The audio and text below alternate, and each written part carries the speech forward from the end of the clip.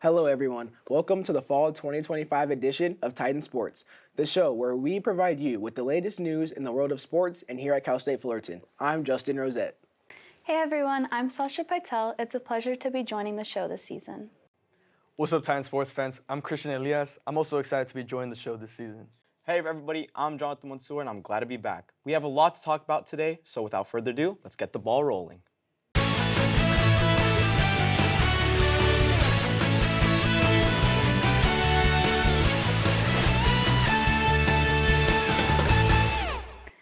Legendary baseball and Dodgers starting pitcher Clayton Kershaw has announced he's retiring at the end of this season.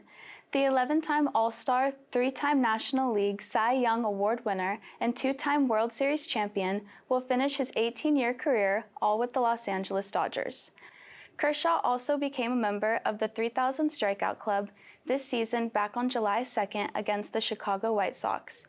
He was the first Dodger and 20th pitcher in Major League history to accomplish this feat.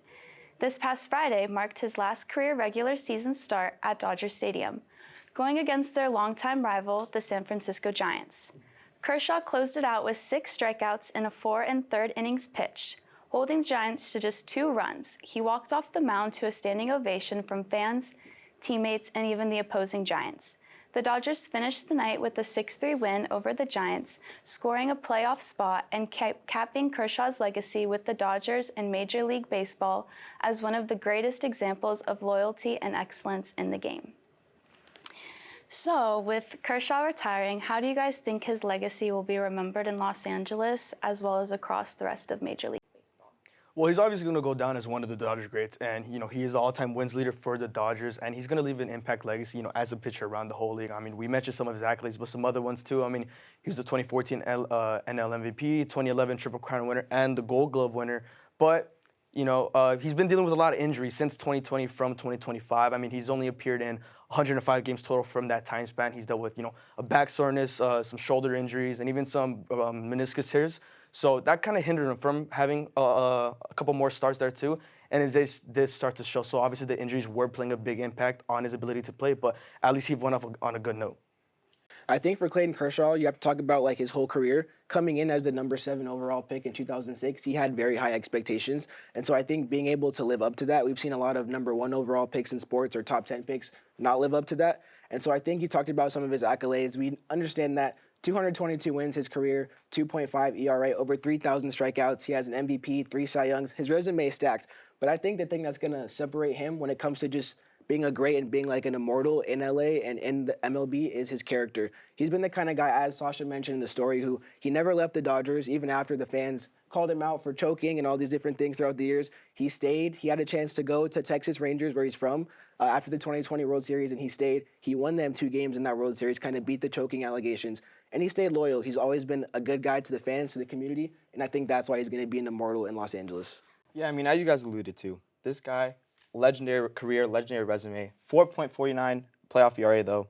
Yikes. He is known kind of to choke, as you mentioned, in the playoffs, but I'm just trolling with you guys. He is going to be remembered as a great. I mean, I love when a player stays with one team for the rest of his career, and especially when it's a caliber player like Clayton Kershaw, legendary stats, a lot of Cy Youngs, and probably one of the best left-handed pitcher in this game. And then real quick, kind of to talk about the game, Ohtani Betts, they hit a home run to give the Dodgers a 5-2 lead in the 5th inning in this historic game for Kershaw.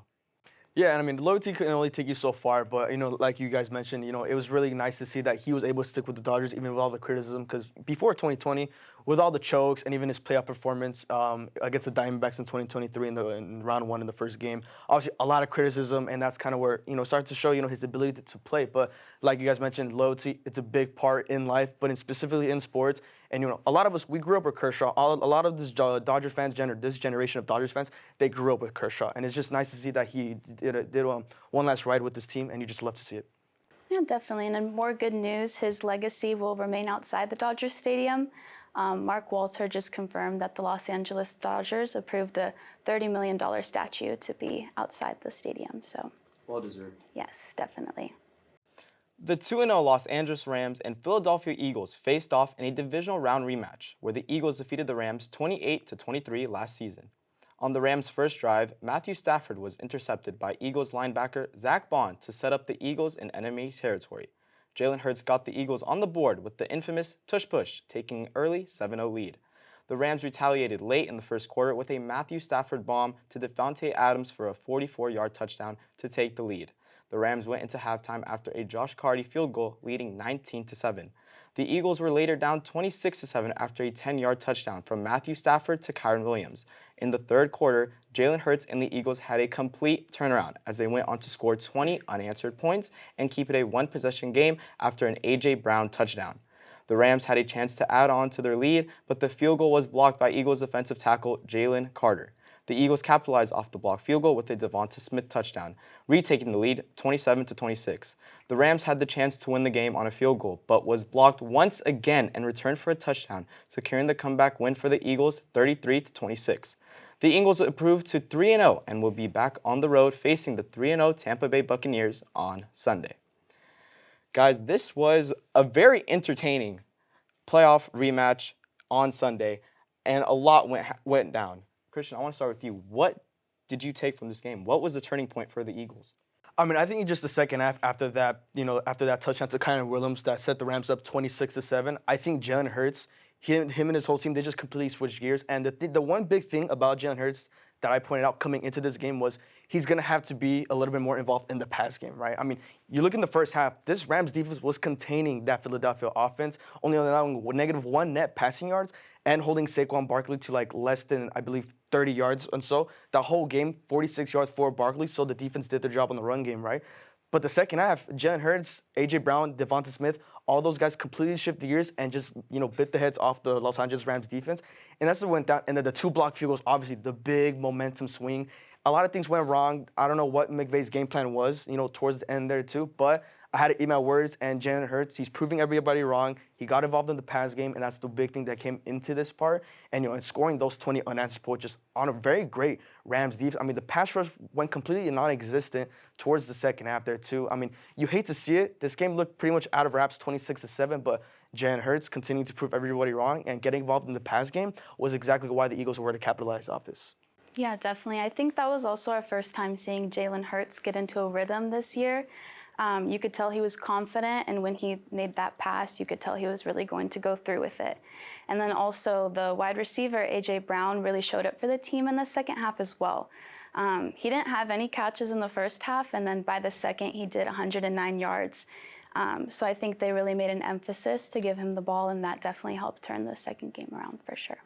Yeah, A.J. Brown's on my fantasy team, so the first 2 weeks he was trash, but finally got me some points this week. But I think like both of you guys mentioned, the Eagles are it's an annoying team to not be a fan of because the first 2 weeks, they kind of, even though they played 2 good teams, they played the Chiefs last week, they kind of were able to coast through those games. They didn't have to do too much. Jalen Hurts didn't have to throw the ball to his receivers too much.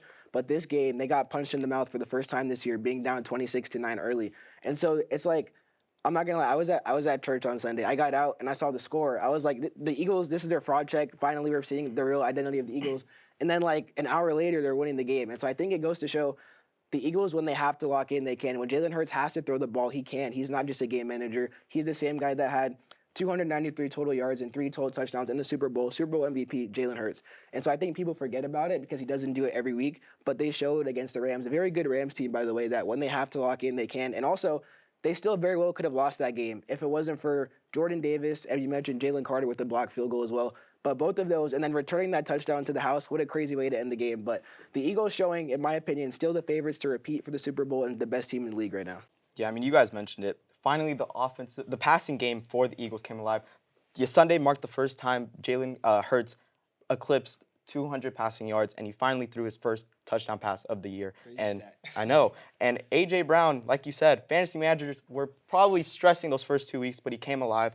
I do want to bring up one thing. Barkley last season against the Rams had 534 total scrimmage yards and 4 touchdowns in 2 games. This Sunday, like you mentioned, 46 rushing yards, 55 total yards. I think a big attribute to this is Poona Ford. He came from the Chargers, D lineman, from the Chargers to the Rams this offseason, and he just clogs running lanes up, and he also had a sack and 2 solo tackles. So great stuff for the Rams. Hopefully they can build that off to next week against the Colts is going to be a tough game because also Jonathan Taylor, he's been running like one of the best backs in the league so far. And how about Daniel Jones too? How about great. Daniel Jones? But before we transition, there is one very serious story that happened in the NFL this weekend. You hate to see certain things like this happen, and that is the Dallas Cowboys. The Dallas Cowboys lost a very embarrassing game to the Chicago Bears. Embarrassing. That's interesting. We have a Cowboy fan on the set, Christian. How are you doing after your loss this past Sunday? I mean, it'll be an understatement to say I'm disappointed, but I mean, I'm gonna keep it straightforward. I mean, this defense, I'm getting reminiscence of 2020. I mean, just an abysmal defense. I mean, thinking about Mike Nolan when he was our defensive coordinator that year, it rang a lot of bells there too. And it's gonna force Dak to once again throw the ball 50+ yardage. If this offense is not dropping 30 points a week to stay in the game, I'm not expecting this Cowboys team to even have a chance of even making the wild card, maybe even securing 9 wins this season. Jerry Jones came into this season, he said, we want to stop the run, and that's what they did. They held they held DeAndre Swift to less than 40 yards rushing, but the defensive pass game is where it's at. Trayvon Diggs, his knee injury, it's still looking to catch up to him. The secondary, it's not looking well. Luther Burden, the rookie receiver for the Bears, he really didn't do anything the first 2 games. With this Cowboys secondary, he had a career game. He got, I believe, he went over 100 yards, a touchdown. He had a career game. Odunze still picking up for that receiving end too. But, Dak Prescott can only take this offense so far. And now with CeeDee Lamb potentially out for 3 to 6 weeks with a high ankle sprain, losing Cooper Beebe on the center position on the offensive line, this whole team's taking hints. Dak Prescott can only take us so far. Yeah, I'm just going to add on to him real quick. I think it's kind of embarrassing that Matt Eberflus, who the Bears sacked last season, came back on Sunday as a defensive coordinator for the Cowboys, and Caleb Williams has a career day, 4 touchdowns, and they put 31 points on your guys' head. Yeah, sorry, I don't know what to tell you. Eberflus didn't even say, I know the Bears, and clearly he didn't. And we saw the outcome of that game. It's okay. The Cowboys are still making the Super Bowl, so it'll be all right. I'll quickly add on, keeping it in the NFC East, Jackson Dart, he has been named the starter for the New York Giants. Russell Wilson's going to the bench. Do you guys have anything to say about that real quick? I mean, I expected this. I mean, coming into the season, I told myself it was only a matter of time until Jackson Dart actually got the start. He saw some time in the Chiefs game, obviously, but we saw Russell Wilson. He had the career game against my Cowboys, but he actually plays a very nice defense in the Chiefs, and we saw what happened. So I really expected this. Now it's time for the rookie Jackson Dart to see what he has for the Giants. I think Dart had a good preseason, so we'll see what he can do this weekend. Yeah, quickly into their matchup, they're playing against the Chargers. Jesse Minter last year versus rookie quarterbacks, he was 4-0 against them, and that consists of Bo Nix twice, Drake May once, and Spencer Rattler. Dart is looking to be the first quarterback since 1999 to beat a 3-0 team. We'll see what they can do this Sunday. The first round of the WNBA playoffs has officially wrapped up. The Minnesota Lynx were the first team to advance as they won the series against the Golden State Valkyries 2-0. The Lynx took Game 1 in blowout fashion, winning 101-72. After going down by as many as 17 points in Game 2, the Lynx began the fourth quarter with an 11-0 scoring run, along with 2 clutch shots from Nafisa Collier and Courtney Williams late in the quarter, ultimately securing a comeback win 75-74. The Las Vegas Aces defeated the Seattle Storm and the series 2-1 in a nail-biting thriller. The Aces took Game 1 in a blowout 102-77, led by MVP Asia Wilson, who finished with 29 points, 8 rebounds, and 2 assists. In Game 2, the Storm's guard Skylar Diggins sinked a pull-up jumper in the final seconds of the fourth quarter to increase their lead and ultimately win 86-83. The Aces ended up taking the series in Game 3 after a clutch putback layup from Jackie Young to win 74-73. After losing Game 1 80-68, the Indiana Fever bounced back against the series, taking the series against the Atlanta Dream. The Fever took Game 2 77-60 and came back late in the fourth quarter of Game 3, winning 87-85. The Phoenix Mercury were last to advance as they defeated the New York Liberty in Game 3 79-73. So far in the semifinals, the Indiana Fever have taken a 1-0 lead over the Aces, and the Minnesota Lynx have taken a 1-0 lead over the Phoenix Mercury. So guys, we had a crazy first round of the WNBA playoffs. Every series went to Game 3 except the Valkyrie series, and even that Game 2 was exciting. So Sasha, I'll come to you first with this. What has stood out to you so far the most in the first round? I think the Fever was very impressive, even as a 6th seed and missing Caitlin Clark. they're playing well. So it'll be interesting to see if they can keep up with this consistency, knowing that their top shooter isn't going to be. Yeah, I mean, you mentioned it. What the Fever are doing without arguably their best player Yes. in Caitlin Clark is pretty impressive. And the fact that even they took a game against the Aces, who have Asia Wilson, the MVP of this league, it's incredible. I want to kind of focus on the Lynx. Yeah, they swept the Valkyries. They're the only team to sweep, as you mentioned, in the first round. Nafessa Collier, she's just amazing, man. If it wasn't for Asia Wilson, she would be the MVP of this league without a question. And then they took game 1 against the Mercury, and they've been the best team all year, and I just expect it to continue. Yeah, this Lynx team, even from watching like the recaps from the round 1, I mean, they can win a blowout fashion, and even when they're down, they can still come back and put on a really great show. So this Lynx team, it is looking very great for the most part. I mean, when you got players like you guys mentioned, Nafisa Collier, and then you got Kayla McBride, Corley Williams on the other side, they have playmakers all around this whole team. So it's going to be nice to see. But, touching up just on the Fever once again, I mean, like we said, round 1, when you have Aja, the MVP, there too. I mean, Kelsey Mitchell, 34 points, followed by Odyssey Sims with 17, and then Natasha Howard with 12. So like I mentioned, they got scorers, they got playmakers all around this Fever team. And then as for the Aces, like I said, you have the MVP, but Wilson's not going to be able to drop 30 points each game in order for the Aces to take a really great win here. Everyone on this team, like Jackie Young and Chelsea Gray, wish they scored 19 and 13. They did what they could, but it's going to take more than just Wilson to put up 30 plus, whatever it's 25 plus, in order for the Aces to stay in the game. Yeah, I think you can't look at this playoff so far without just admiring what the Fever have done. I think the Fever, without having Caitlin Clark changed the whole landscape of the WNBA. They don't have her, and they still made it to the second round, and they've even won a game now. I think going back a little bit, the Fever are very injured. So on August 8th, they lost 2 of their key guards, Ari McDonald and Sydney Colson, for the rest of the season. That was a month ago before the playoffs started. On August 19th, they lost their enforcer, Sophie Cunningham, for the rest of the season. And then on September 4th, 2 weeks after that, Caitlin Clark and another guard, Chloe Bibby. So they had 5 people go out for the whole season a month before the playoffs start, and they still make it. And as you mentioned, Jonathan, their best player, you could argue their best player is Kelsey Mitchell. She finished 5th in the MVP voting this year. She had 34 in game 1. She was absolutely unstoppable against the Aces. And I want to see the Aces make it to the championship. I think that would be the best matchup for the Lynx, so I think they're going to make it. But it would be such an amazing story to see the Fever make it to the championship without Caitlin Clark. That would be a great story. Yeah, and then I'll quickly add on, kind of just to add on to what you were saying. Head coach Stephanie White, with all these injuries, she has his team playing just gritty basketball, and it starts with the anchor, Aaliyah Boston, down low. I did just want to give the Golden State Valkyries, since it's their first season, they did make an impressive debut this season when they pushed the Minnesota Lynx to a close game 3. So despite ending in the semifinals, I still feel like their performance highlighted like a strong potential for future seasons for sure. Definitely. I think the Golden State Warriors have such a crazy fan base, and I think the Valkyries showed in their first season that they already have one of the most, if not the most, dedicated fan bases in the league. So they did have a great first season. Yeah, they're definitely going to go into the new season with a lot of momentum, especially, like you mentioned, they put up a great fight in the playoffs. So it's a nice morale boost for this team coming into the new season and see all the things they really need to improve on. The Cal State Fullerton women's soccer team set a new record this season, finishing their non-conference slate undefeated with a record of 7-0-1, a program best through 8 matches.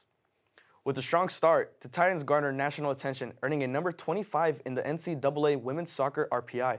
The team also earned a number 2 spot in the United Soccer Coaches Top 10 West Region rankings. The Titans secured their 7th consecutive win on Thursday after defeating San Jose State University 1-0. Despite a 13-6 shot advantage for the Titans, the first half ended 0-0. In the 68th minute, the Titans finally came through. Goalkeeper Isaac Ranson caught a Spartan corner kick and quickly launched the ball up the field to forward Sasha Pytell, who then crossed it to midfielder Isabella Cruz through multiple Spartan defenders before Cruz fired a missile to the far post to give the Titans a 1-0 lead. The Titans outshot the Spartans 25-8, and the advantage in the shots on goal 12-5, en route to their 7th consecutive win. So guys, this is obviously the women's soccer team finish up the non-conference slate, record-breaking. A lot of things are going great with this team. What are some big highlights that you guys think is pushing this women's team? I mean, I'll start off real quickly. I mean, Isaac Ranson and the defense. They've been spectacular. They've only allowed 3 goals. Ranson has a 90% rate. And the defense, like I mentioned, they're allowing just 34% of shots to be on target. I think that's the vocal point. Defense going to win you championships. Defense going to win you games. And we're exactly seeing that with this Titan team.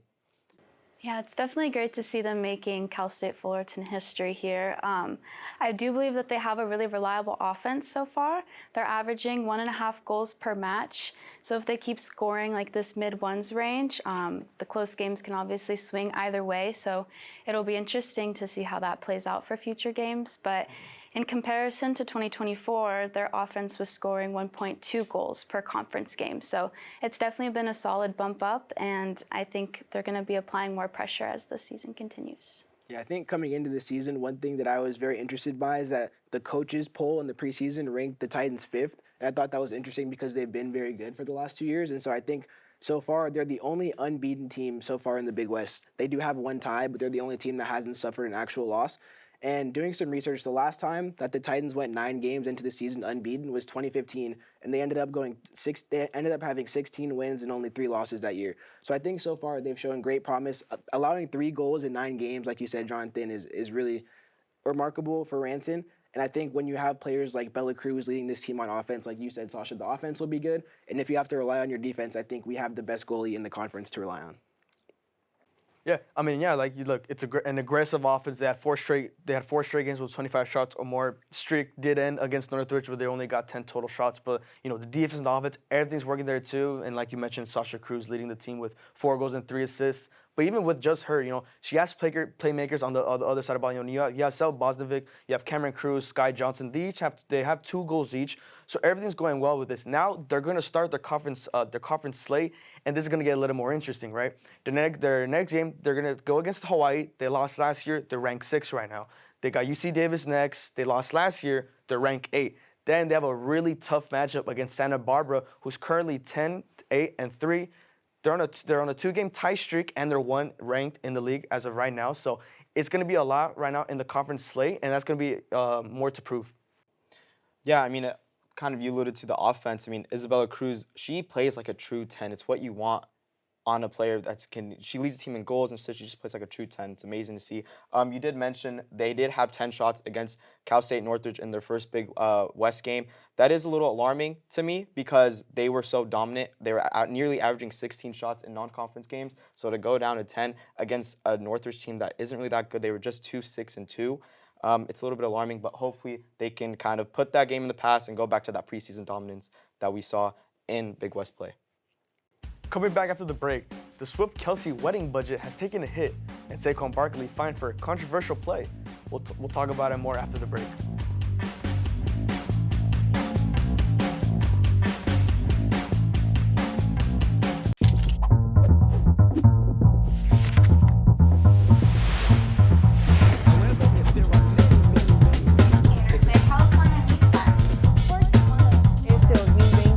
I have a question about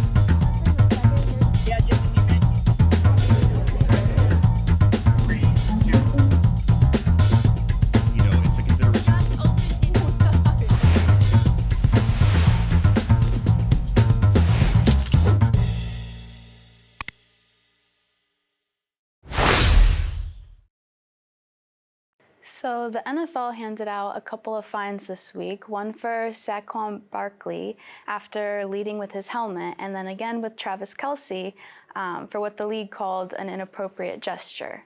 So what do you guys think? Do you think that the NFL was being too strict, or were they being fair? I'll take this one first. I feel like I have the least to say. Travis Kelce, there definitely was some inappropriate touching going on in that celebration. I think a fine is, like, there's certain celebrations you're not supposed to do. That's one of them, so I don't have a problem with that at all. Plus, Taylor Swift has that money in her back pocket. They'll be all right. Saquon Barkley, I don't think that you should be able to get fined for something that a flag wasn't called for. he lowered his head just a little bit, but mainly as a running back, you have to brace for impact. It wasn't anything malicious. I don't think it should have been a fine. But especially if a flag was not thrown, you shouldn't be able to go back later and fine him $50,000 because like if no flag was thrown on the field, then there's no point in that. Yeah, I'm agreeing with you on the Saquon fine. I mean, you're looking back at the clip. I mean, it was just a football move. He lowered his shoulder. We saw he wasn't leaning with his head. From certain angles, you can see maybe he's leaning with his head. But when you see the Chiefs defender, you really saw no contact with the helmet to helmet. So I think it's not fair for, like you said, the NFL to fine nearly Saquon $50K for that, and especially with no flag thrown. Obviously with the Kelsey, it was inappropriate, and now with the Swiftie fan base, you got a lot of children watching the NFL. So it was a very obscene gesture, and that one I can understand. Yeah, I mean, quickly on the Barkley thing, the NFL has been hammering players on not on head-to-head contact at all and leading with your head onto an opponent's helmet. So the fine is justifiable. I know it's kind of hard for a ref to call a flag in that instance because in live action, you kind of see that it is shoulder a little bit, but the crown of the helmet does make contact with the DB's helmet as well. For the Kelsey thing, I'm kind of very annoyed that there was no flag thrown.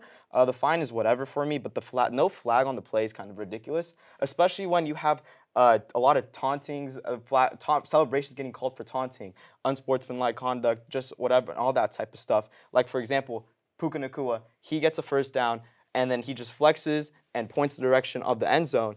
That gets called for a flag for taunting. But this one, which is an inappropriate gesture, doesn't get called. I don't understand where the NFL is going with their flags on celebrations. That one should have been clearly called as a flag right there. I have no idea what happened. I agree with what you said about how they're enforcing more like head-to-head contact, and I think they're just trying to hold their players accountable and like keep their image well. Even if it's a star player, they have to make those certain measures just to back up what they're saying. So I think like the president in this league isn't just concerned about protecting the players physically, but it's also about protecting their brand too. So I think they're keeping that in mind a lot. All right, that about wraps everything up. Thank you so much for tuning in.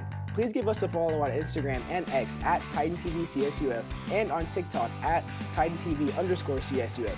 We hope you enjoyed the show, and we look forward to seeing you all on the next episode of Titan Sports!